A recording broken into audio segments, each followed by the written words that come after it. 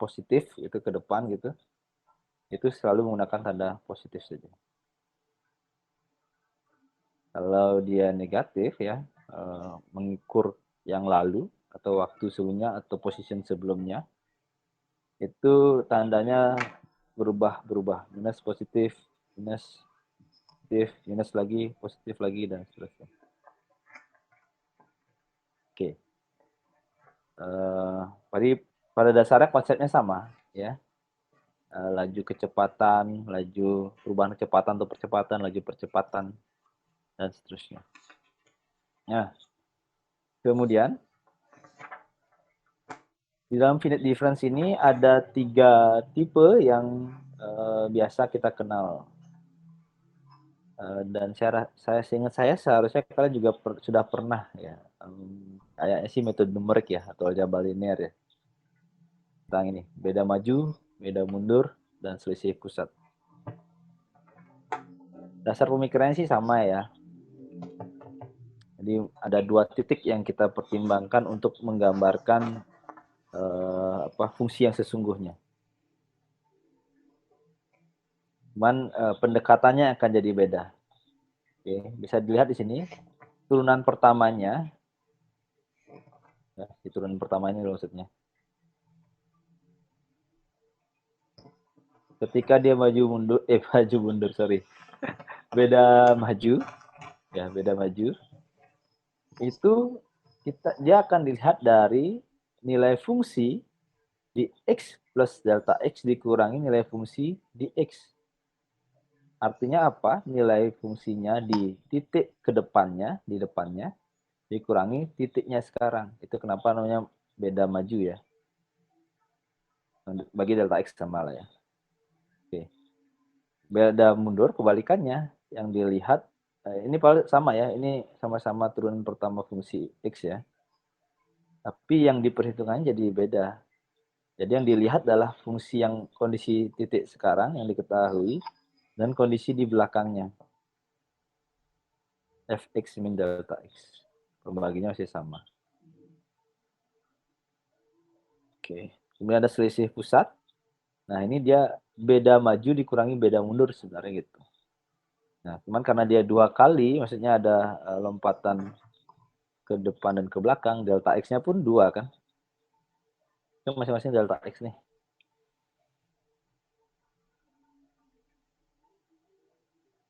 Delta X. Ini posisi X-nya. Ini X plus delta X, ini X minus delta X. Itu kenapa pembaginya beda. Oke, nah ya, jadi finite difference ketika tergantung pendekatannya beda maju, mundur, atau beda tengah, selisih pusat. Nah, tapi kan kita juga tahu bahwa di finite difference sebenarnya kan tidak hanya turunan pertama kan ya. Nah, kita juga harus tahu turunan keduanya, kalau kita mau lebih detail turunan ketiganya, dan seterusnya. Nah, bagaimana cara menemukan turunan keduanya, nilainya bagaimana? Karena sebenarnya gampang. Ini cara paling gampang lah ya. Jadi dari Taylor tadi dipotong saja ya, cukup sampai di turunan keduanya. Kemudian kita punya 2 persamaan kan, yaitu fungsi X plus delta X dan fungsi X minus delta X. Kemudian keduanya tinggal dijumlahkan. Positif ketemu, ini kan positif nih. Yang positif ya dia terjumlah ya, jadi 2 Fx. Yang di tengah dia akan hilang. Karena dia nilainya positif dan negatif tapi sama nilainya. Oke, tinggal sisa yang turunan keduanya. Oke. Maka yang ini ditambahkan yang ini, hasilnya ini. Ya. Fungsi X plus delta X ditambah fungsi X minus delta X. Sama dengan ini. 2 fungsi X ditambah delta X kuadrat turunan kedua dari fungsi X. Ya ini gampang lah, ini tinggal utak-atik matematika sedikit, pindah ruas, segala macam, maka kita akan menemukan Turunan kedua itu bisa terjemahkan secara diskrit sebagai apa? Oke. Kenapa harus begini gitu ya? Kalau ketika kita dulu belajar kalkulus kan sebenarnya kita sudah pernah melakukan hitung-hitungan ya. Kita belajar tentang turunan, tentang integral gitu ya. Dan banyak banyak apa namanya persamaan bisa diturunkan dan diintegralkan ya. Misal apa paling gampang x kuadrat gitu. Turunannya x kuadrat apa 2x. Kalau integralnya apa?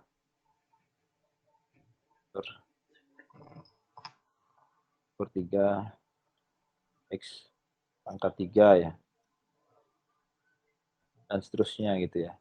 Karena kita ingat nih, kita belajar bahwa di pemodelan kita bertemu dengan alam di mana di alam sebagian besar itu tidak membentuk pola matematika yang umum berbentuk fungsi x kuadrat misalnya gitu. Enggak kan? Bahkan di banyak itu kita nggak bisa menemukan fungsinya apa gitu. Nah, cara satu-satunya adalah dengan membuatnya jadi diskrit seperti ini. Jadi perhitungannya bukan analytical, ini analytical namanya. Ya, kalau kalian turunan integral ini analytical. Ini kan juga turunan kan sebenarnya, turunan kedua, tetapi dipecahkan secara numerik. Ini pemecahan numerik namanya. Karena ini jadinya dia diskrit.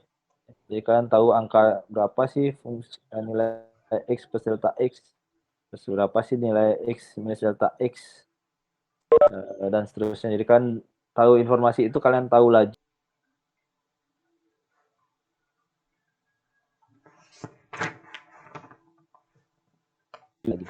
Ya. Terus lainnya mana ya ini kalian bisa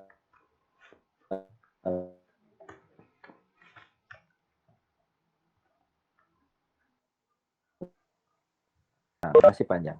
Oke. Nah, ya tadi kita sudah bahas sedikit tentang diskritasi, ya, membuatnya menjadi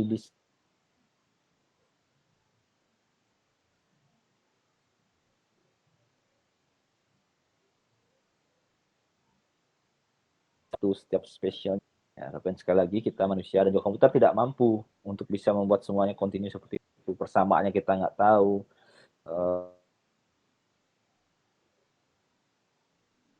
Sederhana diskritasi ya dipotong-potong lah.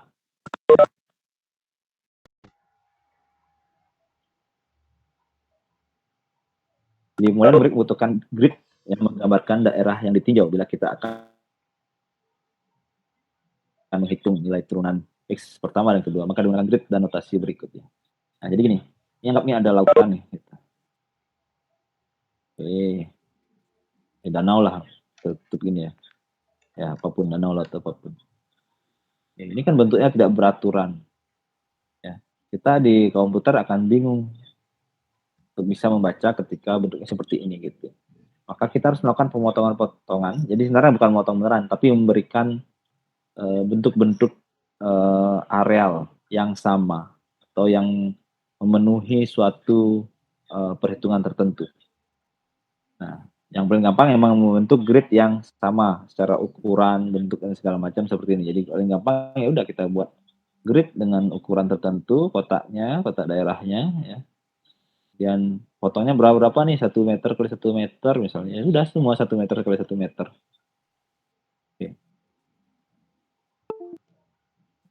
Grid nggak selalu berbentuk seperti ini ya. Ada yang bentuknya segitiga gitu misalnya.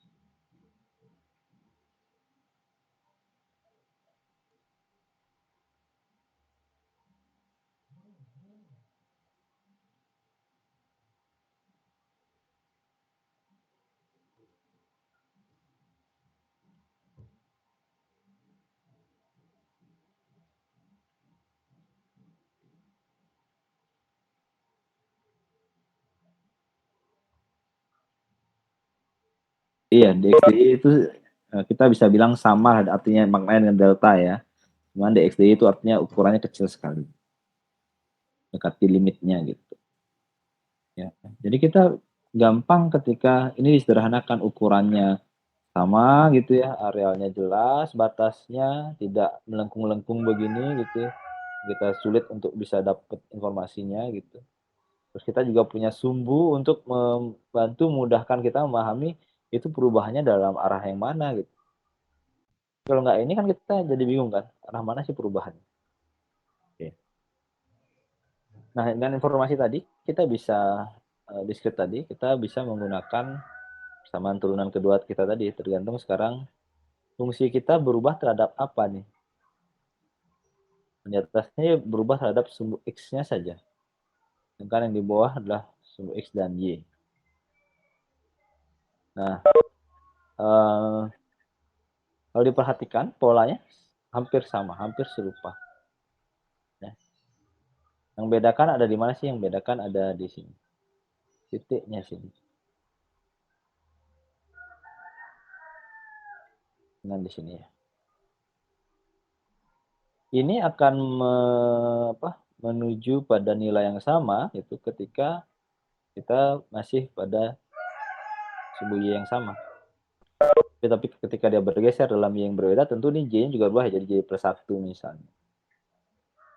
Jadi ketika dia sama, dia akan kembali ke persamaan yang ini sebenarnya.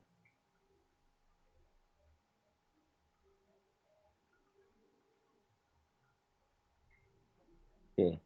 Nah, kuncinya dalam deret Taylor tadi, persamaan Taylor tadi adalah sebenarnya bagaimana kita memutus atau memotong dari persamaan itu sendiri. Karena tadi deret Taylor itu kan sebenarnya suatu persamaan yang infinite sebenarnya, tidak terbatas. Tapi di sini kita mau membuat dia finite atau terbatas, makanya namanya finite difference. Oke. Nah, memang sih ketika kita bisa menambahkan deret Taylor-nya semakin panjang, tentu kita punya banyak informasi. Apakah banyaknya informasi atau tambahan input itu berarti lebih akurat? Belum tentu. Karena tadi kita tahu kan bahwa pola di alam tidak tentu. Jadi kita tidak bisa dengan mudah mengukurnya hanya dengan deret Taylor tadi. Itu satu. Terus yang kedua, semakin panjang deret Taylor yang kita gunakan, berarti result yang dibutuhkan juga semakin besar. Ini mungkin komputasinya ya perlu RAM yang lebih besar lah, perlu device yang lebih bagus, lebih kuat, dan segala macam. Oke. Jadi deret Taylor memang harus diputus. Umumnya ya itu berakhir di deret Taylor kedua, turunan kedua. Oke. Ada beberapa mungkin yang dimodelkan tidak terlalu rumit dan memang tidak ada laju perubahan, ya biasanya cukup dengan deret Taylor pertama sudah selesai. Ada sedikit yang menggunakan sampai deret Taylor ketiga gitu. Dan beberapa yang lebih daripada itu, tapi jarang sekali. Jadi paling umum memang dia diputus sampai di deret Taylor kedua. Cuman memang sangat hati-hati memilih deret Taylor-nya. Karena kalau salah melakukan potongan berarti nanti akan menimbulkan error yang lebih daripada batasan yang diharapkan. Oke. Nah, dalam metode beda, pendekatan untuk turunan pertama dan kedua berdasarkan deret Taylor yang diputus sesuai dengan keperluan ya. Jadi sesuai dengan kebutuhan kita gitu. Nah, memutuskan ini merupakan salah satu sumber kesalahan dalam pendekatan numerik.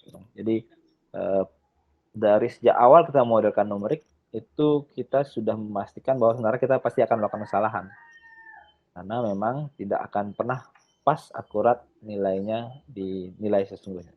Tapi bagaimana nilai itu kesalahannya atau errornya cukup kecil untuk bisa diabaikan. Jadi ini contoh saya rasa kurang terlalu bagus ya contohnya. Ini sebuah fungsi A sin kx, mana k itu adalah suatu konstanta, A-nya adalah amplitudo, K bilangan gelombang, L-nya panjang gelombang, ini persamaan gelombang ya. Secara analitik kita gampang untuk bisa mendapatkan nilainya bahwa turunan pertama dari A sin kx itu adalah AK cos kx. Jadi kalau kalian ingat belajar turunan fungsi dari sinusoidal gitu ya, sin turunannya cos, cos min sin dan seterusnya balikannya. Kurang lebih seperti itu. Namun kalau kalian melakukan perhitungan dengan pendekatan beda pusat nih pada persamaan yang sama, ya, kurang lebih akan menghasilkan hasil yang berbeda, yaitu hasilnya AK cos KX dikali sin K delta X per K delta X. Nah, pengali sin K delta X per K delta X inilah yang mengakibatkan error, dan ini akan selalu ketemu di metode numerik. Ya. Karena tadi metode numerik itu perkiraan analytical yang sesungguhnya dan nilai yang sesungguhnya.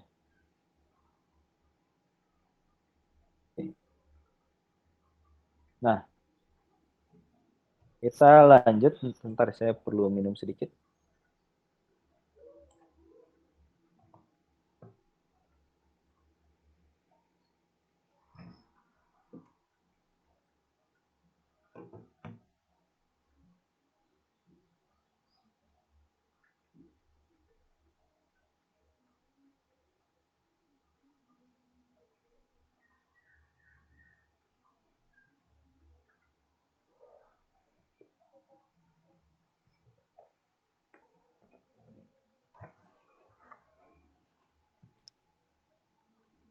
Oke, kembali ke direct tailor tadi. Jadi direct tailor ini memang dasar untuk menyelesaikan masalah dalam metode numerik, terutama penyelesaian persamaan diferensial. Ya. Jika suatu fungsi f diketahui, titik xi dan semua turunan dari f terhadap x diketahui pada titik tersebut, maka dengan direct tailor dapat dinyatakan nilai f pada titik xi plus 1 yang terletak pada jarak delta x dari titik xi. Nangkap nggak ya? Jadi intinya kalau kita tahu direct tailornya, fungsinya, kita bisa tahu nilai di dekat dari titik yang kita ketahui. Ya. Tapi kita harus punya informasi jaraknya. Jadi kita bilang, oh titik kita punya titik A gitu, kita pengen tahu di titik B, tapi kita nggak tahu titik A ke titik B ini berapa jauh gitu. Delta X kita nggak tahu gitu. Ya nggak bisa juga dihitung gitu. Ya kita harus tahu, oh titik B-nya itu adalah 10 meter di depan titik A gitu. Itu 10 meternya adalah delta X. Ya. Jadi gitu. Jadi kita bisa mengetahui atau bisa menduga dengan Taylor series itu kalau kita tahu jaraknya berapa. Masuk akal kan ya? Oke.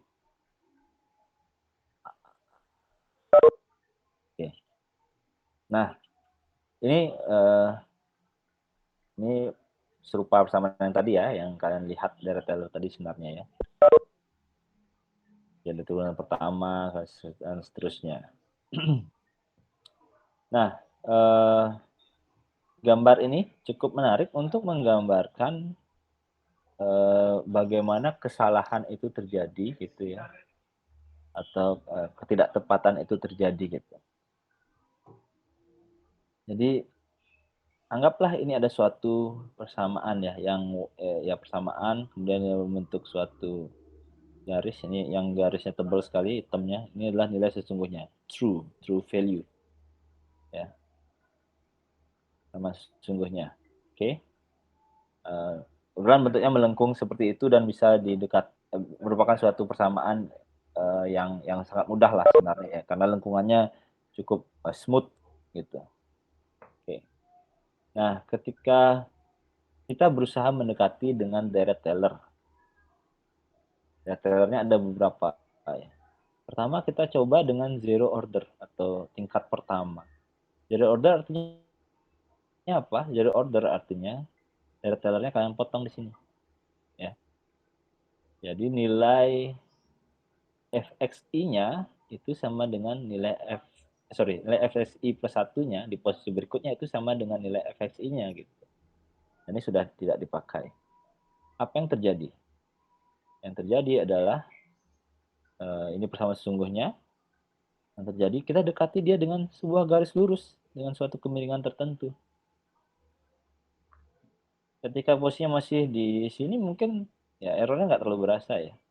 Tapi karena ini jaraknya di sini gitu ya, errornya jauh sekali ternyata. Oke. Nah,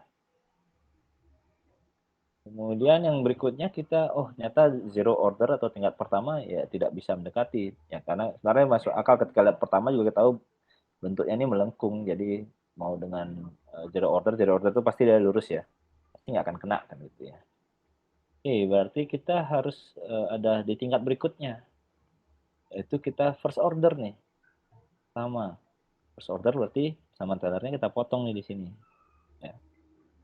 Kita dapat bahwa nilai fxi per 1 itu adalah nilai fxi ditambah turunan pertamanya dikali dikali delta x per 1 faktorial.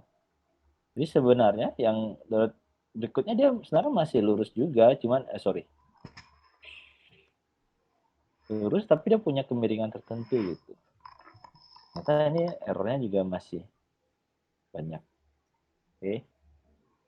Kemudian yang berikutnya kita dekati lagi dengan second order. Second order berarti kita putus di sini kurang lebih. Oke. Nah, second order ternyata hasilnya second order itu berarti dia punya kemiringan, punya kelengkungan. Oke. Jadi kalau ingat masih di kalkulus itu agak dekat-dekat UTS kalau nggak salah. Ya. Jadi membentuk memang melengkung dan cukup dekat, tetapi tidak pas juga. Jadi di sini tetap akan ada error yang terbentuk di antaranya. Oke. Dan ketika nanti ditambah ya, ini akan semakin dekat. Untuk fungsi-fungsi yang coba.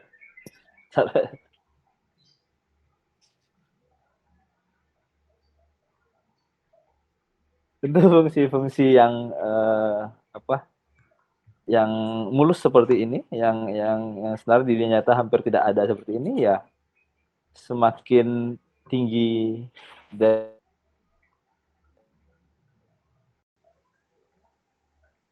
Taylor di alam kan bentuknya tidak tentu nih. Ya, jadi ya tidak selalu ketika nambah deret Taylornya akan menghasilkan hasil yang lebih baik. Oke. Oke. Tentu dengan kita melakukan pemanakan akan terbentuk.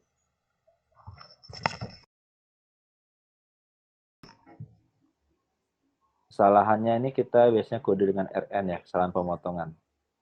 Nilai RN ini. Nilai RN ini bukan nilai yang fix rigid ya, ya sebenarnya jadi kayak deret juga, jadi tergantung seberapa panjang yang kalian potong. Persamaannya ini untuk menggambarkan, ini artinya dia tak terhingga ya kalau detik 3 ya, untuk kalau menghitung nilai errornya atau kesalahan pemotongan. Oke.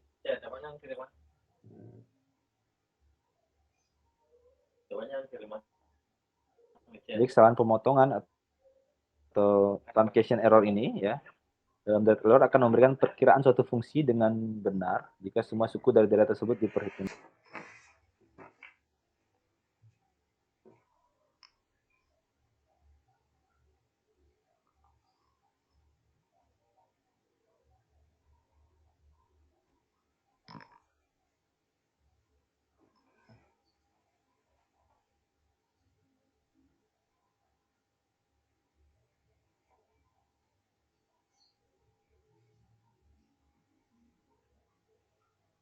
Pemotongan yang tulis dalam bentuk fungsi yang tadi ya.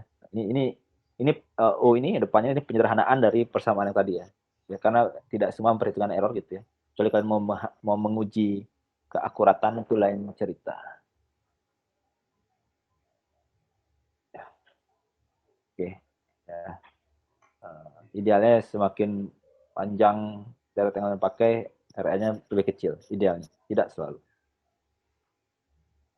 Nah, kesalahan yang dibentuk oleh pemotongan ini bisa diperkecil dengan dengan kondisi tertentu. Yang pertama adalah intervalnya yang diperkecil ya.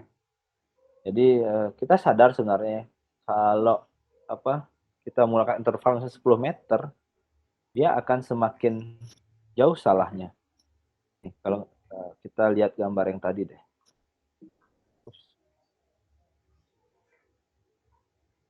Maksudnya memperkecil delta X itu adalah ini. Kalau jaraknya cuma delta X-nya cuma segini, kita tahu kan salahnya kecil kan cuma segini. Kalau delta X-nya lebih besar segini, salahnya segini. Itu maksudnya. Jadi kalau kita bisa motong lebih kecil-kecil, sebenarnya mau first order pun yang masih lurus dengan kemiringan, ini masih bisa dapat nilai yang bagus. Oke, tergantung kebutuhan kita. Kemudian kesalahan ini juga bisa lebih kecil dengan cara memperhitungkan lebih banyak suku dari teller ya. Jadi idealnya memang gitu, perkecil jarak atau pertambah suku. Tapi kedua-duanya punya konsekuensi membutuhkan resource yang lebih besar. Nah, dalam diferensial numerik, hal ini digunakan untuk menggunakan bentuk diferensial kontinu menjadi discrete, ya. Jadi, ya, diferensial kontinu yang kita bisa selesaikan dengan persamaan analitik itu kita jadikan discrete menggunakan ini. Dan diferensial numerik banyak digunakan untuk menyelesaikan persamaan diferensial dan bentuk tersebut diturunkan berdasarkan data yang tadi nih ya. Ini sebelah yang tadi.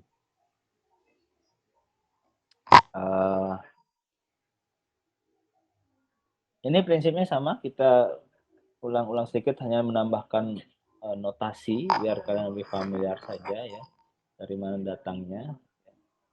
Jadi dari teller yang tadi kita lihat itu bisa dituliskan dalam bentuk ini ya.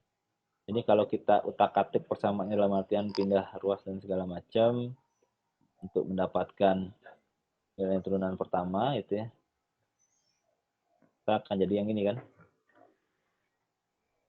Ini juga bisa ditulis dalam notasi ini. Maknanya sama. Ini disebut dengan diferensial parsial tadi ya.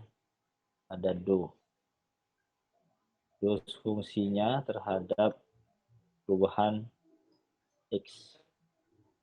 Itu maksudnya do. Disebut diferensial maju, yang ini diferensial maju ya. Produk diferensial yaitu memperhitungkan pada titik X dan X plus 1.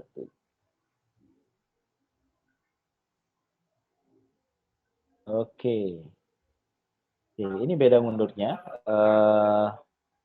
Saya akan kasih kalian untuk berpikir, melihat baik-baik persamaan ini selama 5 menit ke depan.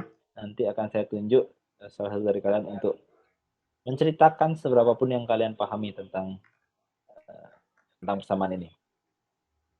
Silakan 5 menit untuk berpikir, mungkin googling-googling juga boleh.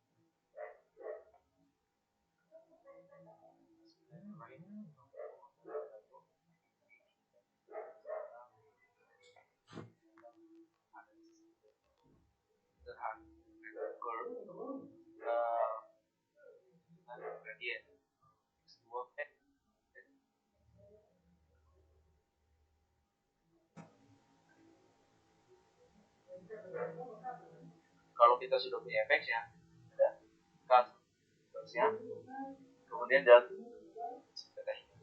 untuk x kurang h sama seperti di atas, kalau ditambahkan ada minus 1 pangkat k, jadi otomatis di sini positif, ini negatif, positif, negatif, dan terus.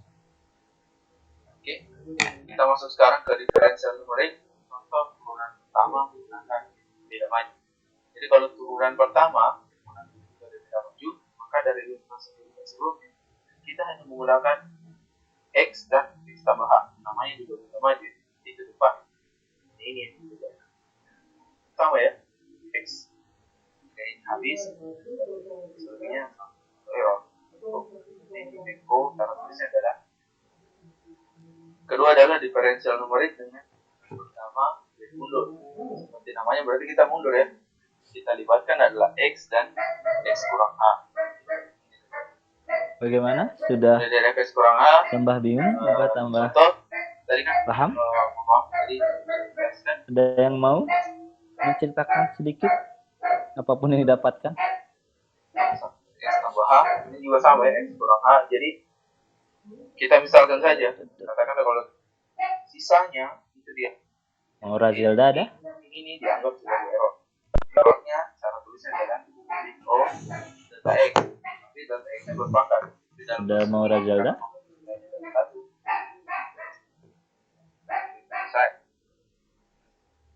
Kedua adalah diferensial numerik.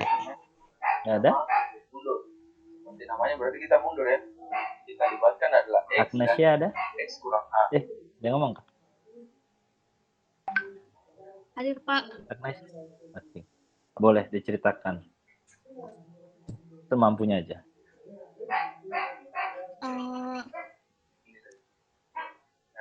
Mulai dari fx kurang a.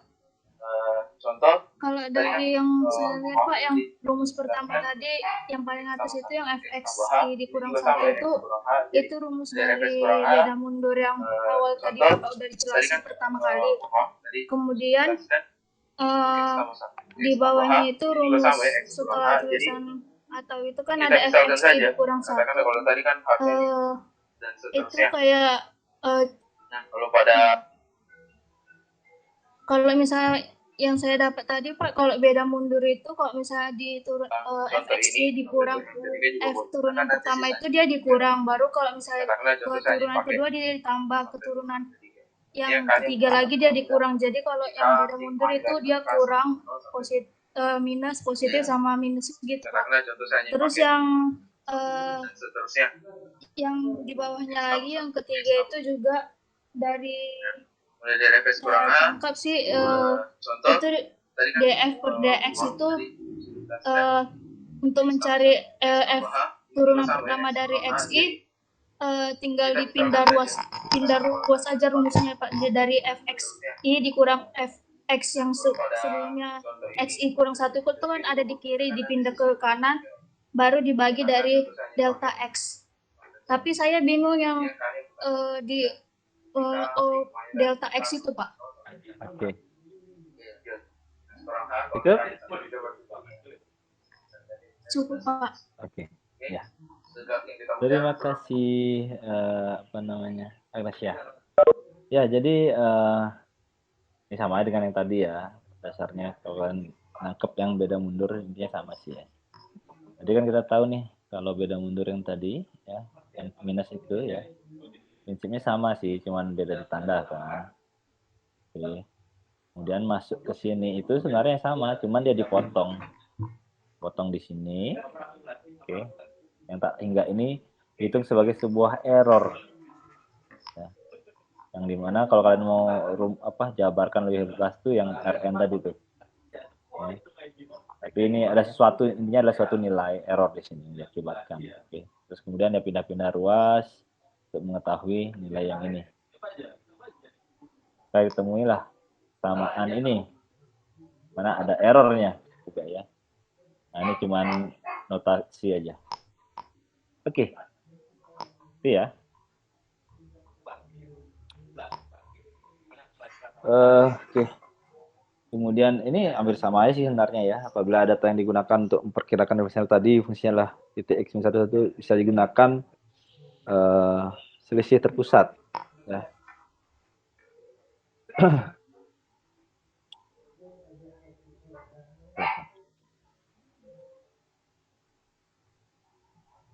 Ya, selisih terpusat yang digunakan. Jadi ini kalian bisa kurangkan kedua ini atau ditambahkan gitu ya, di otak-atik sedikit yang dapat, dan familiar bentuknya seperti ini ya. Penekanan sini adalah error yang terbentuk.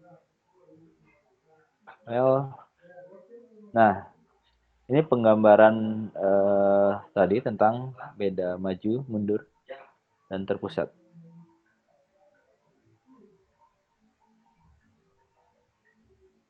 Nah, untuk beda maju artinya, jadi ketika kita punya di titik B, ya, kemudian kita pengen tahu ini titik I, di mana dia Y-nya itu jatuh di titik B. Terus kita delta X-nya itu ke depan.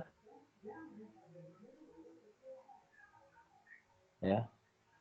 Kita akan mendapatkan di titik C sebagai nilai dari beda majunya. Oke.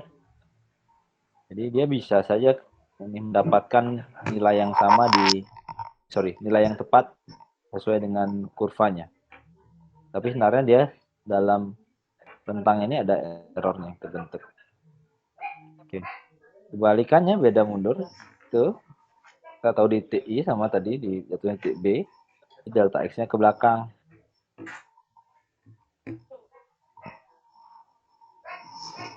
Beda mundur ya. Jadi dia akan jatuh titik A. Ilustrasinya kalau di tengah ya tadi. Jadi beda maju dan beda mundur dikombinasikan, berarti si titik I-nya sendiri tidak dipakai langsung jadinya kan. Nah, kita memakai titik di belakangnya dia dan titik di depannya dia. Ini akan terbentuk error juga.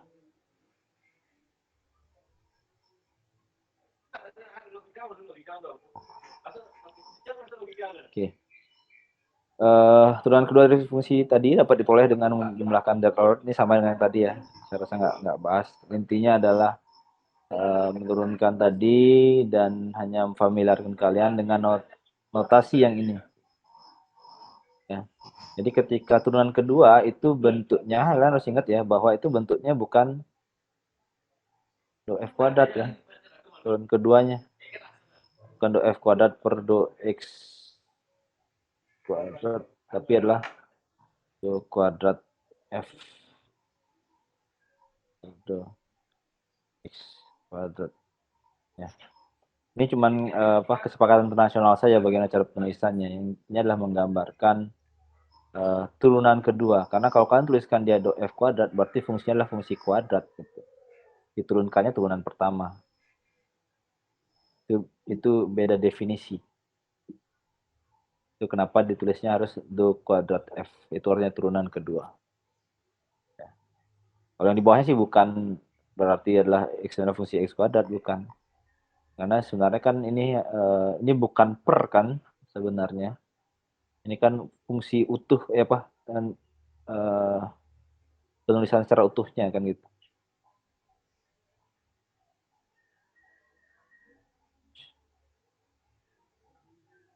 Oke. Bisa digunakan juga sebagai turunan fungsi lain, variabel lain, apabila fungsi mengandung lebih dari satu variabel. Lebih banyak dia punya salah satu saja x saja atau y saja. Tapi kalau dia punya x dan y, variabel perubahnya, dia juga bisa digunakan dalam dari Taylor gitu. Cuman kalau kalian perhatikan, ini bentuknya jadi jauh lebih rumit ya.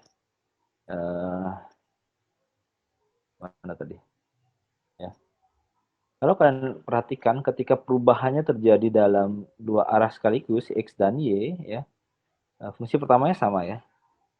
Fungsi keduanya, turunan pertama itu jadi ada dua ya. Turunan pertamanya terhadap x, turunan pertama tambah y ditambahkan. Berikutnya turunan kedua juga jadi ada dua. Jadi terhadap dua sumbu tadi, x kuadrat dan y kuadrat. Dan seterusnya. Oke. Ya, ini bentuknya sama yang tadi. Turunan pertama terhadap variabel X dan Y berturut-turut dapat tulis, jadi tulisnya seperti ini. Untuk menyederhanakan penulisan, selanjutnya fungsi tadi X dan Y itu sering dituliskan juga F, I, J, intinya sama dengan subskrip I dan J itu tunjukkan sumbu X dan sumbu Y-nya. Tujuannya ya agar tidak bingung aja sebenarnya, untuk bisa membedakan. Jadi ini menunjukkan bahwa ini bergerakannya ke sumbu yang mana, I plus 1, oh ya sumbu X-nya berarti gitu. Ini yang mana? Ini berarti kan J plus 1 kan. Perubahan ke arah J-nya. Ya. Jadi ini kalau dia X, yang berubah pasti di I-nya ya. Tidak mungkin di J-nya. Ya. Ini dia memparsialkan, membaginya ke dalam dua persamaan, tapi untuk mempermudahkan.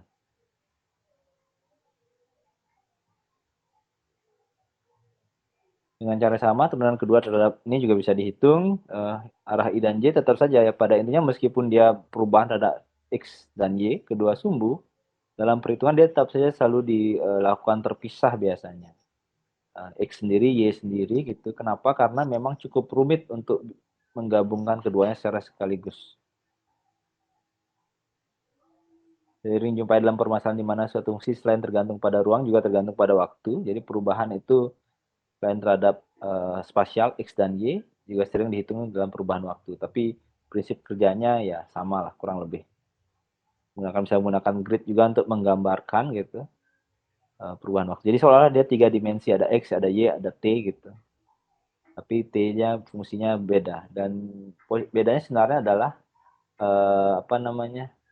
kalau X, Y spasial itu kalian punya depan dan belakangnya biasanya ya. Tapi waktu kan ke depan ya. Ya arang ada yang punya waktu minus gitu misalnya. Ya, kecuali memposisikan waktunya emang waktu yang emang sudah di depan, jadi dia punya di belakangnya lain. Oke. Oke. Oke, sudah jam 4 juga. Ada yang mau ditanyakan dulu?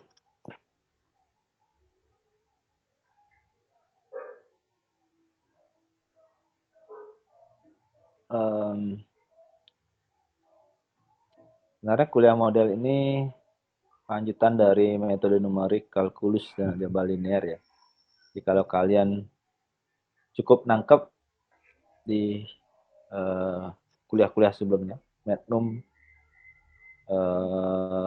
kalkulus gitu ya, harusnya di part ini bingungnya nggak keterlaluan lah. Tapi kalau di sebelumnya kalian sudah bingung, di sini pasti jauh lebih bingung lagi.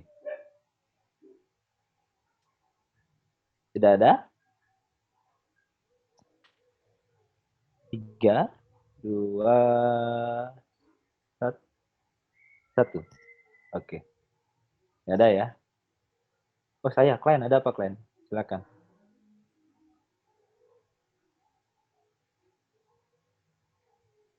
Boleh klien, ada yang mau? Halo? Halo, Halo, silakan. kedengaran Pak? Kedengeran.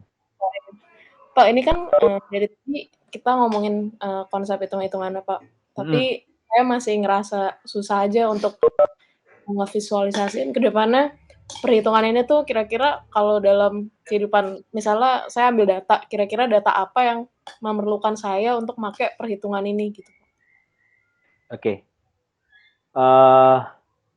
Di data apa? Kasih Pak. Ya, oke. Terima kasih, klien. Hampir di semua data fisis itu ketika kalian memodelkan itu perlu perhitungan seperti ini. Ya. Data fisis itu maksudnya ya tadi temperatur, tekanan, angin misalnya ya. Fisis yang dinamis ya di fluida gitu, di laut. Itu semuanya hampir sama menggunakan prinsip dasar ini. Cuman mungkin ada beberapa yang lebih advance lagi ya perhitungannya, mungkin ya, deretnya ditambah atau dia mengganti bukan deret Taylor dipakai deret yang lain misalnya. Tapi intinya adalah jadi si deret Taylor ini secara keseluruhan menggambarkan perubahan dinamis dari suatu variabel, entah itu temperatur, yang paling gampang temperatur lah bilanglah gitu ya. Anggap tuh permukaan laut tuh sudah temperatur, kalau titik satu berubah, titik sebelahnya pasti ikut berubah kan? Ya, misalnya satu temperatur, kamu misalnya punya daerah lautan gitu ya, terus kamu anggaplah punya sesuatu mesin gitu yang bisa memancarkan panas tinggi sekali, terus kamu masukin di tengah-tengah lautan gitu ya. Jadi daerah yang kamu tusuk itu jadi lebih panas, tingginya naik gitu ya. Pasti di 1 meter di kanan, 1 meter di kiri, 1 meter depan gitu, atau 10 cm kanan kiri itu pasti juga akan naik kan, ya. Nah, itu perubahan temperatur itulah didekati dengan deret-deret ini gitu. Jadi itu mau melihat seberapa sih berubah di jarak 1 meter, seberapa sih berubah di jarak 10 cm. Terus ya tadi harus tahu jaraknya berapa gitu. Kemudian mau berapa deret, apakah kita anggap dia perubahannya adalah linear gitu misalnya, oh cukup dengan turunan pertama, oh enggak perubahannya berbentuk kurva nih gitu, berarti tingkat kedua ya. Jadi di hampir semua jenis pemodelan, modelan fisik terutama itu menggunakan ini, terutama untuk di ranah fluida. Nggak apa-apa kalau kalian bingung, wajar, ini masih sangat teoretikal ya. Nanti mungkin akan lebih jelas di dekat-dekat akhir semester ini karena akan ada praktikum, ada ya diajarkan lah untuk ngoding sedikit lah. Jadi kamu bisa akan nangkap, oh ini sebenarnya kepakainya di mana. Kurang lebih itu kalian. Semoga terjawab ya. Makasih Pak. Ya. Oke. Cukup? 5, 4, 3, 2, 1. Yes. Ya. Saya akan tidak perpanjang karena tahu kalian pasti capek dan saya juga capek sebenarnya. Hari ini cukup panjang. Saya akan cukupkan di sini. Rencana saya ada tugas, cuman saya harus cek nanti apakah sudah diaktifkan OASE-nya ya. Nanti tunggu saja di OASE. Mungkin saya minta Pak Hen untuk aktifkan, dia bisa masukkan tugas di sana untuk bisa sedikit lebih paham. Itu saja dari saya. Minggu depan saya belum tahu apakah dengan Pak Hen. Nanti silakan Patih kontak Pak Hen mungkin agak lebih awal ya, karena Pak Hen sekarang WD, jadi memang jadwal waktunya suka agak sulit lah ya. Jadi mungkin lebih awal ditanyain apakah bisa di minggu depan di jam berapa dan segala macam lah, kalaupun mau ganti waktu gitu. Ya, kalau enggak ya ketemu saya lagi. Oke, itu saja dari saya. Saya ucapkan terima kasih. Sampai jumpa di pertemuan berikutnya. Terima kasih Pak. Terima kasih, Pak. Terima kasih, Pak. Terima kasih, Pak.